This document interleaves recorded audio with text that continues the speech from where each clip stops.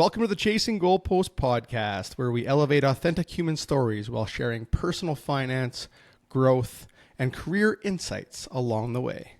Now, before we get started today, just a reminder about our disclaimers. They can be accessed via our website at www.chasinggoalpost.com/disclaimers. So like I said, welcome to today's podcast. We have an incredible guest today, Jen Beechen, a senior marketing executive with over 20 years of leadership experience.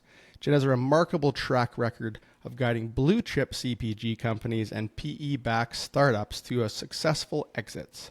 Her expertise spans across multiple food, beverage, nutrition, beauty, and pet care industries, but perhaps her largest and most important role to date is that of a mother and role model to her daughters. Jen, welcome to the Chasing Goalpost podcast. Thank you so much, Dustin. It's a pleasure to join you. We're excited to have you. So Jen, everybody's story is unique. I think you know that. We'd love to learn a bit more about you. So why don't you tell us a little bit about yourself? Where'd you grow up? Any family specifics that you're willing to share with us, and maybe some of your extracurricular activities that you're interested in, and maybe dive into your professional career a little bit. Great. I grew up in the Philadelphia suburbs. I currently live in Boulder, Colorado. Happily married, my second marriage. I have two grown daughters. I have, in terms of extracurriculars, I've been on a health kick the last few years, and I've become obsessed with Orange Theory Fitness. Highly recommend. I am also a dog mom to 3 rescue dogs. So I love spending time with them and walking trails and things like that. And lastly, I love to travel. Last year, my husband and I got to see the gorillas in Rwanda, which was a lifetime bucket list experience. Gorillas in Rwanda. Yes. In what setting? You got to elaborate a little bit more on that for the audience here. Yeah, so you actually go into the mountains with a guide, with a group and a guide, and you see them in their natural setting, like whole families of gorillas with juveniles and babies, and you kind of keep a bit of a distance, but you're close enough to see them, their expressions, what they're doing, how they're playing, the fun they're having. It's really amazing. That was one of the coolest things I've ever done. In terms of career, I've had marketing leadership roles, as you mentioned, both in bigger and smaller companies. I've been fortunate to work on a lot of better for you products that align with my values. I've helped to drive growth on brands that make a difference for people, like Silk, Vital Proteins, and most recently Origin Dog Food. And I'm excited to be starting a new role coming up here with an amazing baby food startup company called Serenity Kids. They're based in Austin, and they make an amazing line of high protein and healthy fat baby foods. Wow, congrats on that first and foremost. And Boulder to Austin, so are you making the move? We are going to be making the move, not right away, but we're kind of making it happen over the next few months, and we're excited to have a new adventure. Yeah, I was going to say, exciting new chapter, obviously change in professional career, but also a change in zip code as well. So that's great. Kudos to you and all the best here on that one for sure. Thanks. Okay, well, let's get into it. So, listen, I think you and I kind of connected via LinkedIn, and you had authored and posted a article on LinkedIn called Message in a Bottle to All of the Working Moms, where you explained the challenges, learnings, triumphs of raising children while pursuing a career essentially in parallel. And as you know, we were really excited about the article, and we think it's going to resonate well with the listeners. So we want to dive into a little bit and just kind of take it step by step through some of the topics that you covered in that article. And the first one being, your career is an asset that will pay dividends over time. Maybe could you elaborate a little bit on what you mean by your career is an asset that will pay dividends over time? Absolutely. I've learned that there's a big difference between getting a job and building a career. Like many people starting out, I didn't realize that right away. You cultivate your career when you kind of develop a clear theme of expertise. And that drives value both in your income and in your personal growth, because you're kind of getting deeper and deeper into an area that you can own and become an expert in. At any given point, you may encounter challenges, but I have found it's really worth staying, learning and paying your dues and sticking it out, because there's value in each experience. It's very easy to say, I don't like this, I'm going to move on, or there's difficult people, or there's a difficult business challenge. But sometimes living through those challenges are the things that really build your expertise and really give you that kind of grit and resilience that you need to go into any situation and have a point of view. And before you know it, when you've done this and you've kind of built that continuity in your career, you have a lot of options that start to unfold. So that's kind of what I was referring to with the asset and the dividends is, you get to a point in your career where you have a really good shot at getting recruited, within your industry because you've got relevant experience. You have a good shot at doing consulting if you choose to dial back to part-time or you want to work for yourself, start your own firm. You could relocate somewhere interesting, something I'm doing now. You could go take your skills to a nonprofit. So just really thinking that broadly about, it's not just a job, but you're developing something that you're going to be able to leverage in a multitude of different ways. And I think that's something really, really valuable. You don't necessarily see it at the beginning, but once you kind of start to realize what you're really good at and what you really enjoy, you can build it along the way. And on the personal side, I would just say my career enriched my life, in so many ways, with intellectual challenges and experiences outside of the family. Of course, as you mentioned, being a mom was always the most important job. But I had this other thing going on that gave me a sense of self and has given me something to fall back on during this empty nester phase that I've had amazing experiences at work, and I continue to have a lot of options in how I can deploy my expertise in the working world.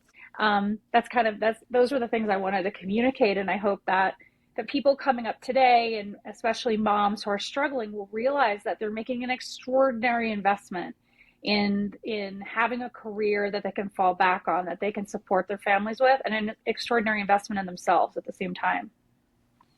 Yeah, we really like that investment comment. We're actually doing a series right now kind of in parallel with this. Invest in yourself, you invest in your skill sets, you build up that experience, and that, essentially opens up doors in the future, kind of similar to what you're doing now where you're making a move and a new adventure and a new journey. So we appreciate that Exactly. context there. So the next one is don't be afraid to set boundaries at work. Now that's an interesting one. And, as I've evolved through my career, there's been a heavy emphasis on hard work and obviously at the same time an emphasis on having flexibility. And by no means am I the poster child of work-life balance. Anybody that knows me would laugh at that if I said that. So maybe just dive a little bit deeper into don't be afraid to set boundaries at work and what you meant by that. Yeah, so I think that for me as a Gen Xer, I was often afraid to set boundaries. My parents were baby boomers who were kind of everything was very scarcity oriented and, wanting always to, hold on to the job you have and be very afraid of losing your job. And all of that is still really important. And I am a firm believer that you have to pay your dues, that every day isn't going to be a blast. But at the same time, I think that there's in the new generation, there's a healthy intention to set some boundaries and to say, this is my life. Work is part of my life, but it's not my entire life. For me, I thought asking for flexibility was a sign of weakness. Taking time off whether I was pregnant or when my kids were young, asking for something special that, in particular, like my male colleagues might not need to ask for, felt like would be stigmatized, or I wouldn't be selected for hard projects, or I'd fall behind in some way. I didn't want to be an exception to the rule. And I don't think it needs to be that way anymore. I don't think any employer expects that of their employees. And I think that whether it's a mom or a dad, you should assume that you don't have to miss it all, that you can ask for certain accommodations and exceptions and enjoy that, because we're all humans and we're trying to live a holistic life, and we're going to be better at work if we are actually enjoying our lives and not missing out or feeling bitter or sad about opportunities that we're missing. And I shared an example in my essay about the Halloween parade. And I don't know why, maybe it was my own childhood, but the Halloween parade was just the sweetest thing. And when my kids were in elementary school, every year, that kind of last weekend, Friday in October, there'd be this beautiful Halloween parade with all the little kids in their costumes. And I just loved the opportunity to go and just, go into work a couple hours late and be part of that. And help serve the cider afterwards and whatever it was. It was just such a magical time for the kids. And I remember thinking every time that I managed to go, like, I'm missing a meeting, I'm going to be late, I'm going to be judged, I could get fired.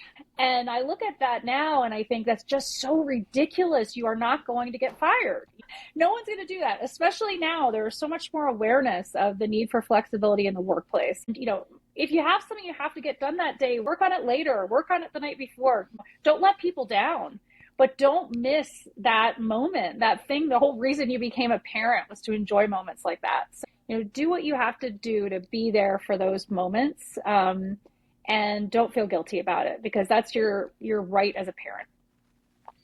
Yeah, no, that's interesting. I think that old school mentality, and I think we've all gone through it, myself too, in my early stages. Like, well, I got to do 8 to 5 or 8 to 6 or 8 to 7. And the minute I leave at 3:30 or 4 one day, it's going to look like I'm not committed. But that example Yes. you had there was interesting because, because of the digital world we live in today and the ability to work from home, remotely, hybrid, whatever you want to call it, you can go to that parade and then you could catch up at 7, 8 o'clock at night later that day. So I love the fact that you say, hey, don't take advantage of it. Don't let people down, but use the flexibility when you need it. So Absolutely. And don't be love afraid to that. be honest about what you're doing or what you need. Just, don't make a big deal about it.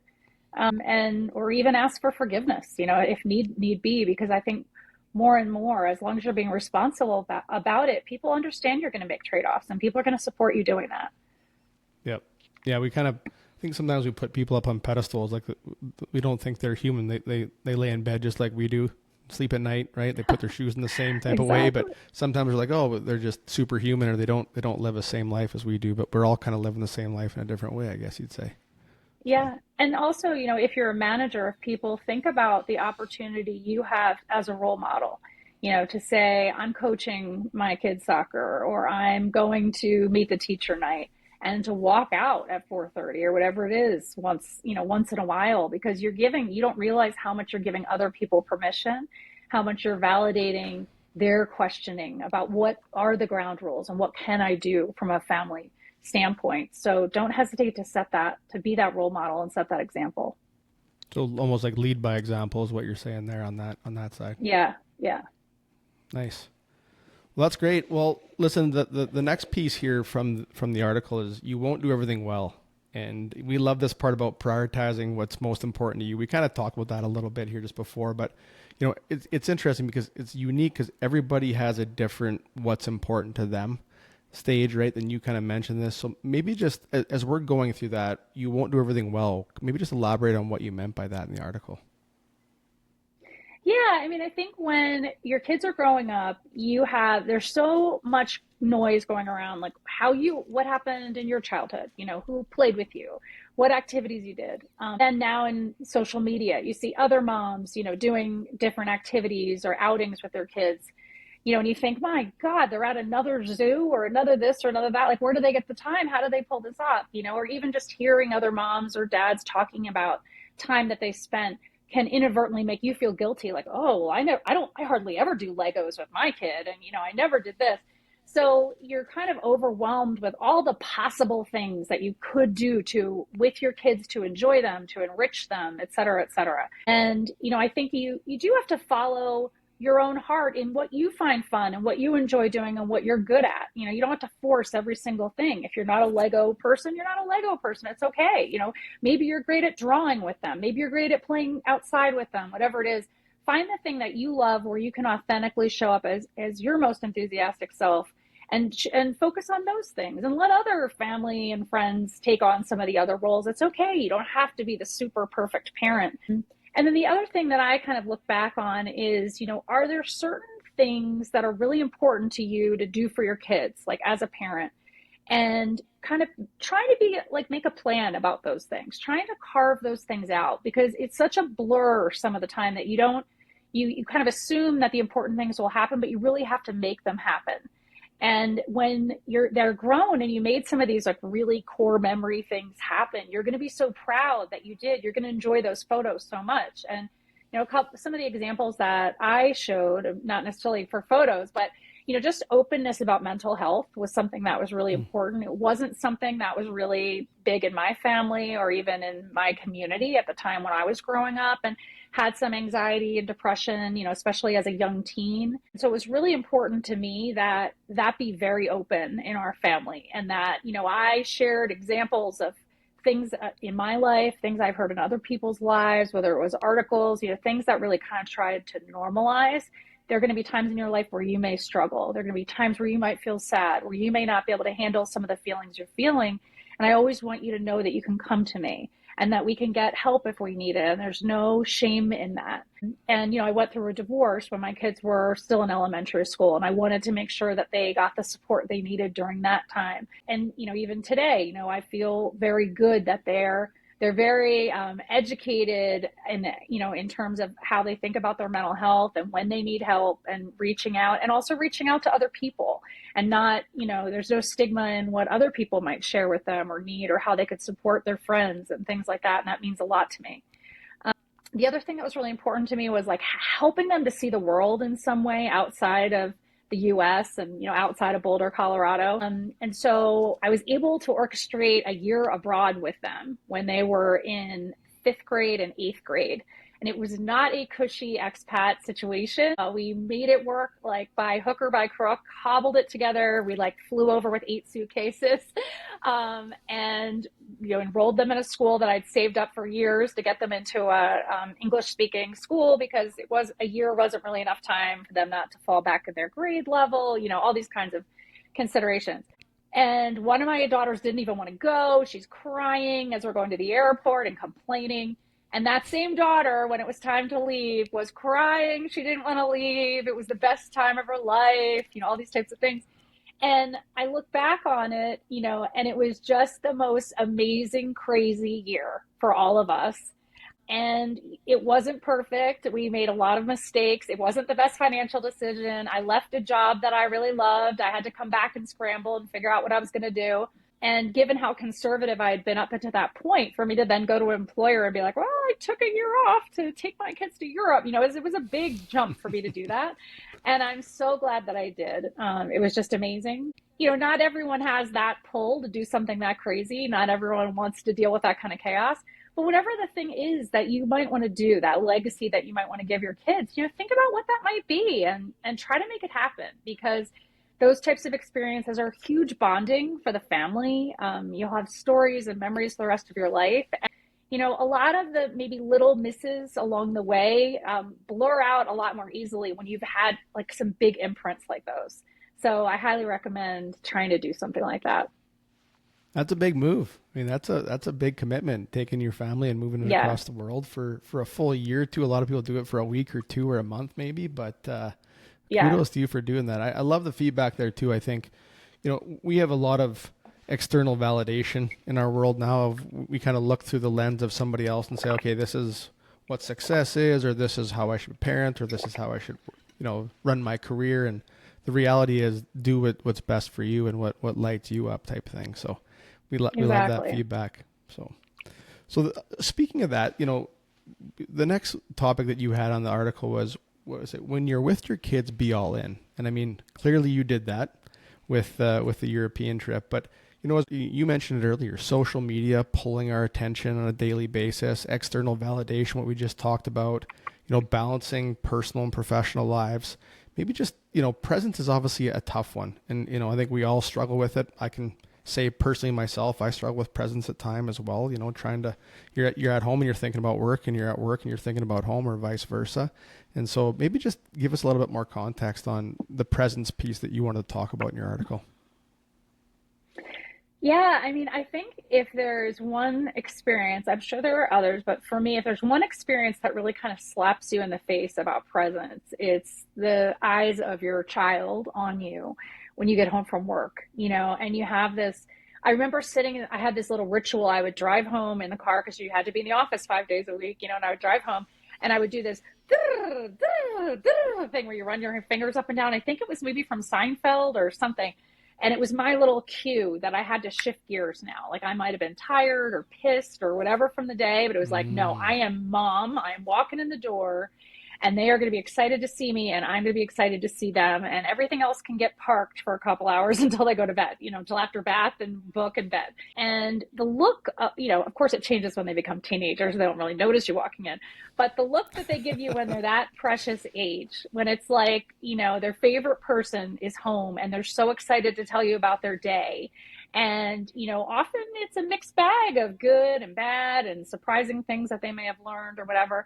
And you don't get to hear all that again. Like, you realize in hindsight how fleeting it was, that they really wanted to tell you about their day for a half an hour and eat with you at the table and talk to you. And so, I can't emphasize enough what a gift that time is. And, you're shortchanging them, but you're really shortchanging yourself if you're not paying attention and being present.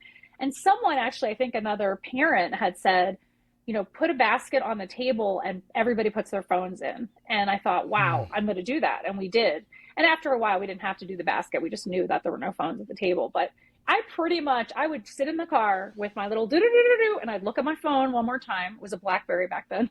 And, I would just, when I came in, I'd put it away over on the table, and I would try really hard. Unless I had something really urgent that I had to quickly look at, I wouldn't look at it again until they went to bed. And that was my act of giving myself the freedom to focus.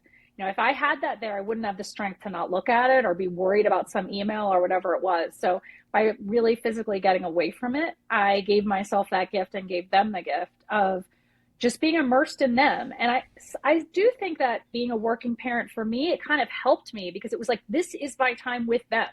So I am not going to give that up and give that to work. I've already given work, an 8-hour plus day. This 2 hours is with them. And, I don't know. I like to think that, maybe some people spend the whole day with their kids, but they're kind of distracted the whole time. But my kids, during those years, they got 2 hours. That's well said. That's great advice. And then you tell the story and you make it sound so simple, and we all know it's not. And so kudos to you actually for doing that. I know I come into the garage and I do not make those sounds. Maybe I should start doing that, because I cannot leave. I cannot always leave work in the car, and as I transition into the house, and it's a tough deal. And so that's very cool. And I think, everybody listening to this should really pay attention to that, including myself, actually, because it is, you come into the house and you're still stewing about that email or that, challenging meeting or customer, colleague, or whatever that may be. And so that's really cool that you have that window of opportunity where you're present for them. And in theory, you're at work as a mom at that point, and not at work as a marketing. Exactly. So. Exactly. No, that's cool. I love all this stuff. It's really great and excellent advice, and we appreciate it. Jen, our platform, as is called Chasing Goalposts. We believe the goalposts were designed to move, right, from our perspective, and that, ultimately learning and growing are part of the journey as we all chase our version of success. So as you kind of think about, yourself, what we always ask people is, what is Jen Beechen ultimately chasing? I love that. I love that whole concept, Dustin, that you use as your platform. It's really cool. I think for me, like as we kind of talked about, my goal is to really be in the present moment as much as possible. And it's amazing to be, this far through life and still struggle with it when it seems like such a basic concept to be present in the moment. I guess you just keep learning. You keep learning different frameworks of how to think about that, of how to practice that, whether it's, breathing, meditation, whatever it is. That was kind of those noises in the car, was kind of that effort to just break that stewing, that you're doing about the day. And to really realize that the present is where the magic is happening. Like, it's really the only thing that's real in a way, is the present, because the past you can do nothing about. The future, you don't really know what's going to happen. And yet we waste so much time. We miss so much of the present worrying about these things. I think particularly high performing people like us that are kind of type A personalities, we're always trying to be ready for that next thing and anticipating the next thing. And, Girl Scouting it in the case of me, like being ready. It's like, that's great. But, really don't miss out on the present. And I'm still, I was working on it when my kids were young, and I'm still working on it now. We appreciate that though, because I mean, as you said it, we're all chasing it, right? We're all chasing this presence piece, and some days are better than others. Let's call a spade a spade. When things are stressful, it's hard. You're always extrapolating yourself out 1 or 2 weeks. Hey, where am I going to be here for business? What's going on personally? How do I juggle that versus saying, hey, what's happening here right in front of me? And I'll be the first one to raise my hand too. The Instagram or LinkedIn probably isn't presence at the end of the day when you're looking at it on your phone. So we appreciate the context that Yeah. you're chasing that goalpost. So I also think that my brain sometimes feels like I have so many tabs open in it. And another analogy for the presence is like to close all the tabs except for one. And I really want to try to get to that point where I can do that successfully. So I think sometimes in order to survive in all these complex things that we're trying to manage and succeed at, we get good at multitasking, but we're really not as good as we think we are. We're actually sub-optimizing each tab that we're performing in until we can really get down to that one tab. yeah, I'm thinking as you're talking about that, I'm thinking about this computer screen with 17 tabs open, and we're trying to kind of concentrate and multitask on 17 things, and the reality is we're not present in any one of them, so we're actually inefficient at Exactly. doing that. So Exactly. no, that's great.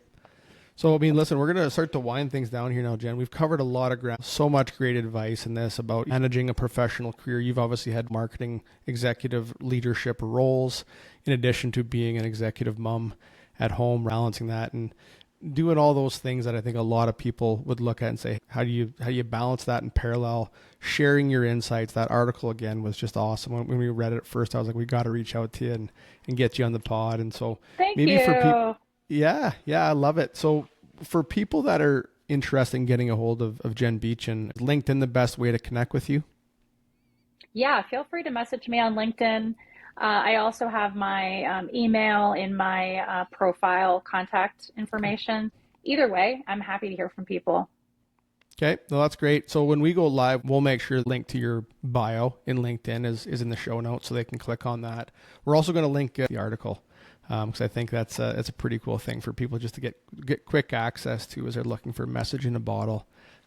So if you're good with that, we'll do both of those. Thank you. Yeah, I really appreciate it. That sounds great. Well, great. Listen, I mentioned we're going to wind things down here, but before we do, I always want to give the guest the floor one last time. So I'll hand the mic back over to you if there's any parting words. Yeah, I think I would just say, being a working mom is a crazy roller coaster ride, but keep the faith and keep going. It's hard to see it all clearly in the moment, but you will look back on it and you will be very proud. You are building, we're investing in yourself, investing in your kids, and investing in an incredible life and incredible options for the future, and being a role model for your kids. And the reality is that in the future, two income households are the norm already and will likely continue to be. Your kids are male or female are going to have to figure out their work-life balance, raising a family. Better to have you as a role model, in the forging a path ahead of them and showing them what good looks like, and being honest about mistakes and triumphs along the way.